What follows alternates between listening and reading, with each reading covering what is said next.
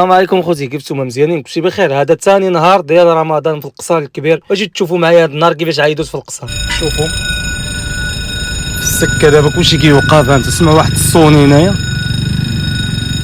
ترى عايدوت اول مره الصراحه نشوف هاد اللقطه هذه ديال البريرات كذا. سمع واحد الصوت. سمع شحال كيبقى ساعه؟ بزاف ولا ماشي 5 دقائق؟ 5 دقائق. دابا 5 دقائق خصنا نبقاو هنايا.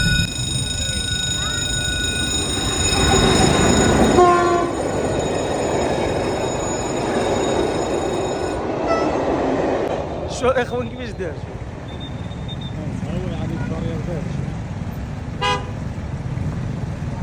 هنا جيت عند المعلم، عنده المحل ديال الاكسسوارات، بغيتو شي حاجه مرحبا بكم. قال لي داو الطوموبيل. شوفوا النتيجه الاخوان، زعما الله يعطيه الصحه الصراحه. شوفوا ناضيه، هذا هو المحل الاخوان، ناس القصار مرحبا بكم عنده. شوفوا معايا الخوت، هذه محسوبه على القوس حتى هي، تم البناء ديالها 1914. تبارك الله القصار فيها التراث اللي قديمه بزاف. واحد البنيه الاخوان فيها ماشي عادي، يعني من عاد الاستعمار تكون هذه. وهذه هي القصار الخوت، راه فيها ما يتشاف تبارك الله. وخليو في كومونتير كيفاش جاكم هذا الشيء. هنا الخوت رامبوان اخر عاوتاني فيه الساعه كما كتشوفوا معايا. هاد الساعه راه يكون عندها شي تاريخ هنا في القصر، خصني نسقسي عليها. القصر اخوتي فيها ما يتشاف، خصك عاد تبقاش مزيان. وهنايا في الطريق ديالي ماشي السوق ديال ولاد حمايد كما كتشوفوا. تحيه كبيره لهاد الناس هادو. كان خصني صراحه نجرب هاد الركبه في هادي، ولكن ما كنتش. وهنايا قربت المغرب الاخوان، رجع بحالي للدار. بانوا لي صحاب الرزيزه، صورتهم هما، الله يعاونهم الله يسهل عليهم الامور. قوس الاخوان اللي صورتكم امبارح صورتو في النهار، واليوم صورتو في الليل. واحد الديكوراسيون مزيون عاملين له، عاطي واحد الصوره مزيونه على المدينه القصر الكبير. تفرج شي فيديو عجبك خلي معاك قلب.